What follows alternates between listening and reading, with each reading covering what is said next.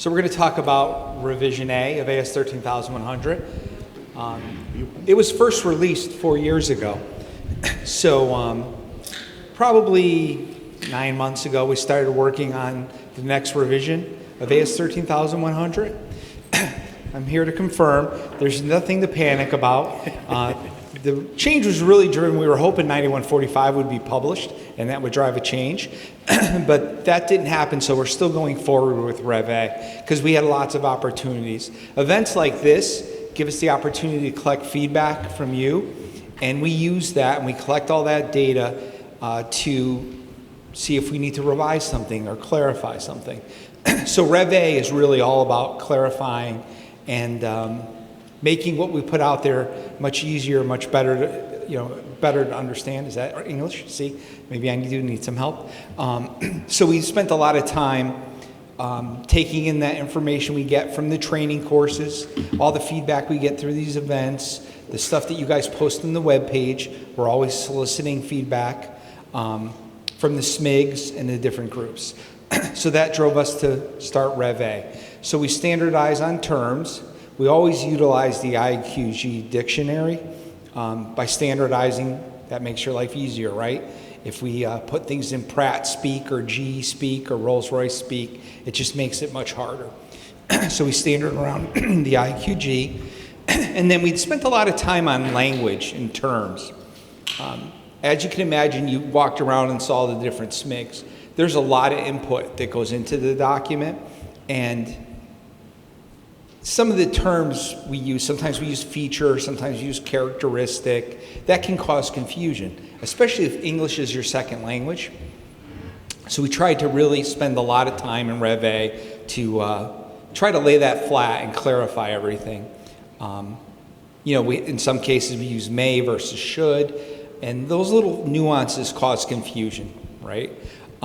We updated English to better align to inclusive terms. Not tied to quality, but if you think of soda, it's pop, it's cola, it has all different names. So if we start using slang names and terms that aren't familiar to everybody, it causes confusion. So in a couple slides, I'm going to show you all some of the changes we made or how many things we looked at. It may seem scary, but like I said, the intent was to clarify and make the English much better. What we typically would do is we meet as a group. There's a writing team, and we'd go through each line item and ask, hey, if you're from Japan, how do you interpret this? Is there a word in there that can cause confusion?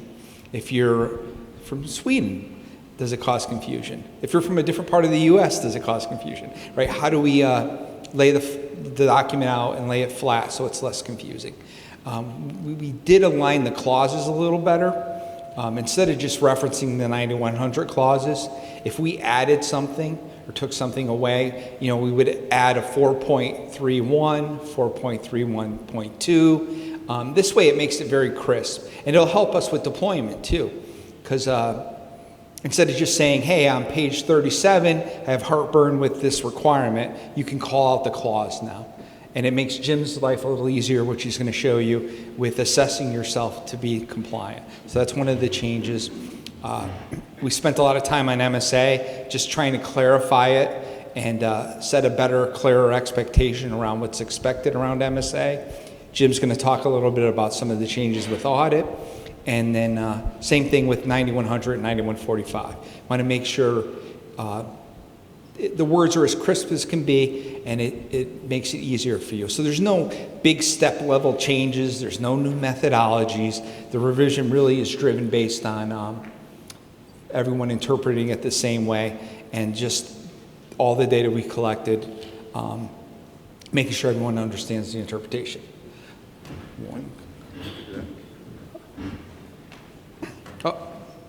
So big thank you to all of you for that feedback. Believe it or not, we went through 187 comments. So over the 4 years, that's how many comments we collected? 807. Yeah. And what did I say? You said 187. Oh, dyslexic. So 870-ish comments. And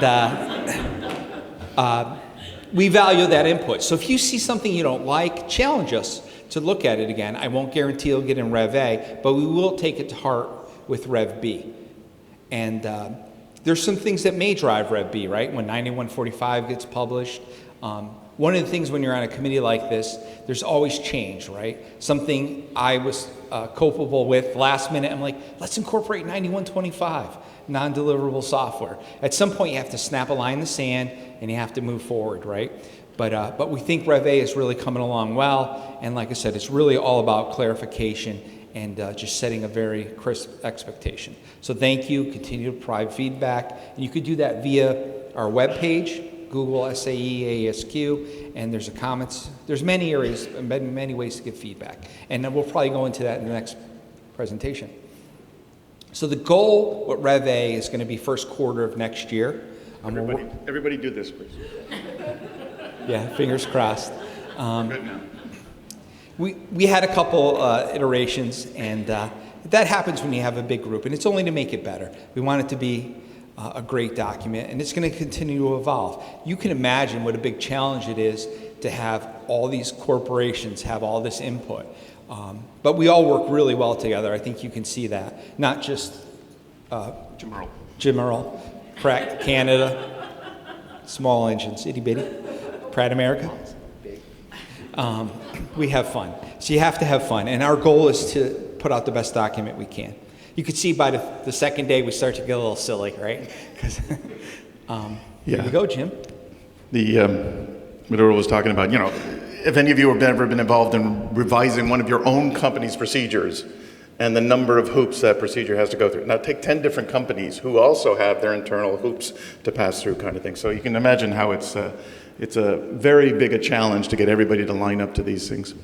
One of the things my buddy here, or the other half of me didn't mention was in his summary there, we've removed all of the sections that don't have an additional requirement than 9100 to make it more readable. We've streamlined a lot of the stuff in it. Currently, the draft is about 20% less pages than the current published version is. Okay, we're looking to make it easier to use. We're looking to make it easier to understand with all of those things that Earl talked about. I've talked about it over at the booth and a little bit this morning on stage here, but we are dramatically improving the tool that you will be able to use to do the self-assessment. The current self-assessment was slapped together at the last minute. It's not very helpful. In fact, it had a math problem in it for 3 years before Jun-san pointed it out from IHI in Japan. But we're looking to make a tool that will help you to do your self-assessment aligned with what we need to do as far as auditing you as your customers, okay? We'll talk a little bit about that for those that haven't been to the booth. It goes that way, right? All right, so this is the current draft. It's pretty simple there. But some of the things that we've done, I can look over here, I don't have to look up there, based on your organization type. So the first couple of columns there is based on the 6 different types of supplier types that we have in AS 13100. The table 1, the applicability table in AS 13100, tells you which section applies to which of those supplier types. Once you've entered the organization type in that box in the top there, it's going to sort this new checklist so that you only have to answer the questions that apply to your particular type. We're putting together a tool for suppliers to really understand which supplier type they need to be worried about being compliant to. It's not always clear because you might be making build the drawings of your customers in one spot, and for another customer you're designing those parts and manufacturing them as well. So what happens when you're both? What do you need to do? So we're going to put that together into a decision tree that should help you decide which it is. But once you've decided, the checklist will be a little bit easier to complete. Again, as Earl mentioned, every single paragraph in Rev A will have its own unique number. So in a checklist, that makes it a heck of a lot easier to reference what it is that we're doing. The current checklist I mentioned to some, there's a section 4.3. Well, 4.3 and 13,100 right now has 4 different paragraphs in it. None of them has a number. But the first paragraph is one thing, the next 2 is a second shall, and then the third one, or the 4th paragraph is a third shall. So how do you self-evaluate 3 different requirements within one line on the current checklist? Those will be 3 different lines on the new checklist. The other major item that's going to hopefully help everybody is column L there, which is a guidance column. So the companies have all gotten together and said, look, this shall, if we were go out and audit to this shall, what would we consider to be objective evidence of compliance? And there's a description in there. The description is going to be used by you to sort of understand what it is we're looking for. And hopefully it'll be used as a consistent tool for our auditors. When our auditors come in, and let's say we want to re-audit this particular question, you know, what is the standard that they're going to be using, so that the GE auditor and the Pratt auditor and the Safran auditor are all looking for the same thing, and we're going to stop telling you, I want green, he wants blue, he wants red. It should hopefully help a little bit. That little arrow at the bottom on the left, basically, these are the lines we've identified in one of our company's standards where there isn't actually something in 13,100. So in our standard, we have an extra something to the AS9100 paragraph. That AS 13,100 doesn't have anything on it. But we're highlighting this particular section, 852. So there is no 852 in the current draft of 13,100.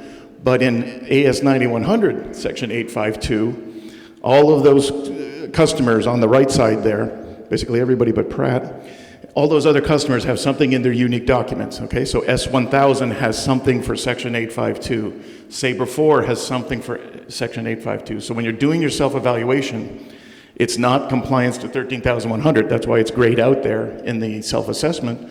But you should know that there's something in those other documents.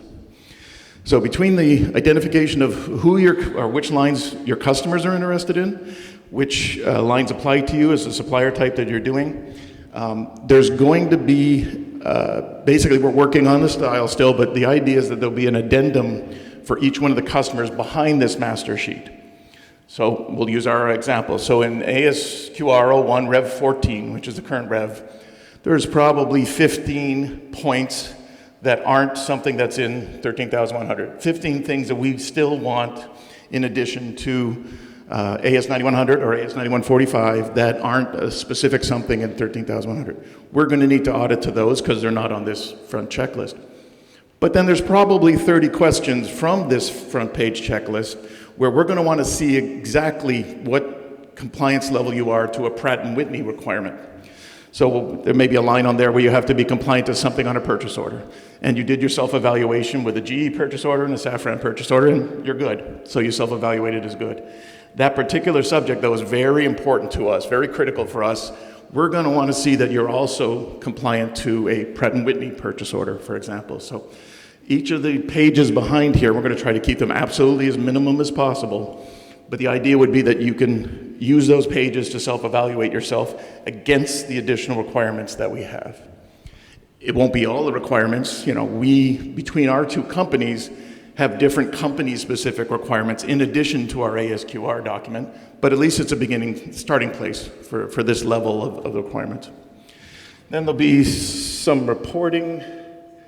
We're still working on it, but something that's going to be able to be used as a tool to communicate to your customers where you are, kind of thing. And we're working on the math, so based again on what type of supplier you are, that dictates how many questions have to be answered.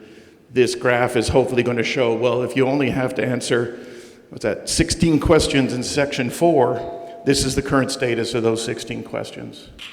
Something that's actually not just going to produce a pretty little round graph that nobody can really use in a day-to-day basis, but if you send this to us, we're actually going to have a quick snapshot of where you are with your self-assessment. It should be something that communicates. And we're going to do probably a graph like this for each one of the company's specific requirements as well. I think that's all we have. Yeah. Any questions? We certainly have time for questions. I don't know if we do have a mic. 1.2 while you're walking over there. In most cases, almost all cases, in the clauses and the stuff that's written in the RMs and in AS 13,100, the individuals that contributed to that are the same individuals that contributed to the 9100 series of documents. So there's a lot of synergy and energy around the document, which is really helpful, right? So we're not going rogue, creating our own methodologies or doing our own thing. It's really all aligned to 9100. Including this guidance column. This is being written by the people that are writing the requirements and are the knowledgeable experts on these things. They've been doing it for 30, 40, 50 years kind of thing, so it's a pretty good tool. Question? Will this So loud. Will this checklist be updated every single time an OEM updates their internal specification? So for example, if ASQR goes through another revision and decides to add something to 8.5.1, will this also be updated within a reasonable time? Yeah, that's the plan, yes. You know, we need the companies to step up, but we're almost all going to have to redo our current documents. So 14 has got to become 15 for ASQR. So that'll go into this. But if then we have to change 15 to 16 before another version of 13,100 comes out, yeah, the idea would be we would update our specific page, and if we had to have updated the X's here on the front page, we'd go ahead and do that. Yeah. Damn, I had a thought. It's gone. It's late. Anybody else? It's an exciting new world. Now, the idea would be once the 13,100 is published, this will be, I got the thought back. This is going to be published, the answer to your question, this is going to be published free, right? This is going to be available on the RM site, so the reference material site. This will be something that's there in the spreadsheet format kind of thing. Because it's free, we have gone around and around with our lawyers kind of thing. You'll see the main column there on the requirement description. The only downside here is we cannot take a copyrighted AS 13100 document owned by SAE and start cutting and pasting the copyrighted text out of that document and into our free issue checklist kind of thing. So that's one little drawback, but it allows us to make corrections to this, to make changes to it whenever we want. We'll put out a notice to everybody saying, hey, there's a new checklist in case you want to download it. But it's the slight drawback that we can't tell you exactly what you need to do for 85192 to 3. You'll have to still have a copy of the document open next to you kind of thing. So, good question though. Anybody else? And the answer is we really don't want to be updating ASQR L1 if we really don't have to. It'll probably have to wait for the next 13,100. And this is going to be a phased approach, right? You focused on Chapter A, but right behind that, we're going to hopefully work on Chapter B and C. So right now, as you see at the top there, this is only for Chapter A, the quality system requirements. Every supplier needs to be compliant to Chapter A, so it's where the bang for the buck is right now. Once that's getting closer to the final thing, the team has been talking about a face-to-face meeting in the early next year where we're going to start tackling a potential checklist for Chapter B and a potential checklist for Chapter C. Some of the SMIG teams are already working on checklists or I don't know, cheat sheets, I guess you'd call them, or something like that. So we should be able to pull off of that. But again, we want to try and use the same format so that we can be consistent with this master checklist here. And we'll just do a Chapter B page and a Chapter C page.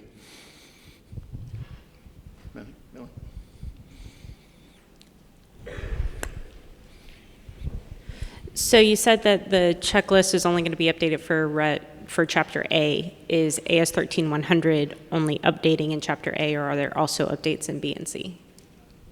There is updates in B and C also. Okay, but the only change to this reference is going to be for Chapter A and the self-assessment. Yeah.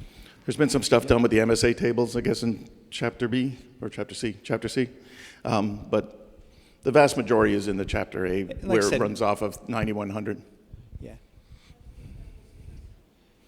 Yeah, so Chapter B and C are getting updated, but it's more editorial or clarifying technical requirements. There's no new changes in there, but like Jim said, he aligned Chapter A to Chapter A. We're going to work on Chapter B and C once we finish A. Correct. Yep. So will the OEM versions of the self-assessment then go away with this new? Like, will ASQR's self-assessment not be required because you'll have this on file? Depends on your customer. I mean, I can't talk for everybody. I can talk for Pratt and Whitney Canada. I can't even talk for my buddy here. But this will become our tool to evaluate up to the ASQR, down to the ASQR level kind of thing. So obviously you got your 900 certificate. You got this first page for 13,100 compliance. Then you'll have the Pratt and Whitney tab on the back for ASQR level requirements. Unfortunately, Pratt & Whitney Canada has all of our supplier quality operating procedures, which is where the real onerous stuff is, and I still have to audit to that. So for me, I will use this. If you've completed the Pratt tab and I come in and do a quick little 2-hour check of some of the items in there, then I just need to do the Pratt & Whitney Canada specific requirements, and that'll take a 3.5-day audit down to a day and a half, maybe 2. I mean, it's really going to make a difference for us if we can help you get a self-assessment, which, come on, we're all quality people here. Self-assessments generally are crap. But if we give you enough information in the guidance columns and in the RMs, so both RMs are being corrected as well. So RM 13005 is the audits one, but RM 13009 is going to be more than just a here's how you fill out the form. It's going to have a lot more information as well on some of the key subjects that are in there. Stuff we just can't fit into that one little column, otherwise it would be huge kind of thing. But so yeah, we're never going to get away from company-specific ones. And in my case, again, Transport Canada has very specific requirements on supplier audit. I can't ignore them.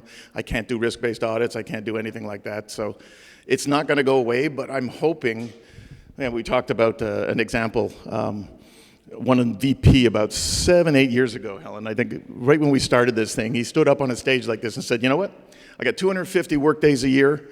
I had 223 audit days last year. This is nuts. And they weren't, you know, you're shaking your heads, right? Yeah, that's my situation too.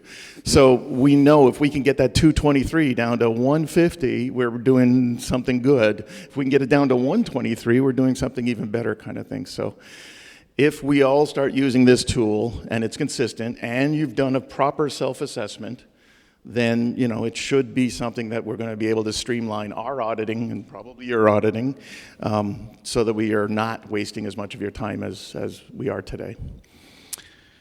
I think that's about it for me. Any more questions? Any other These are questions? great. These are great. We got all Keep the them time in the coming. world since we were ahead of time. All right. More to come. Again, this will be free issue, and it'll certainly be ready by the time that we publish. Yeah, I guess that's about it. All right, thank you. Thank you.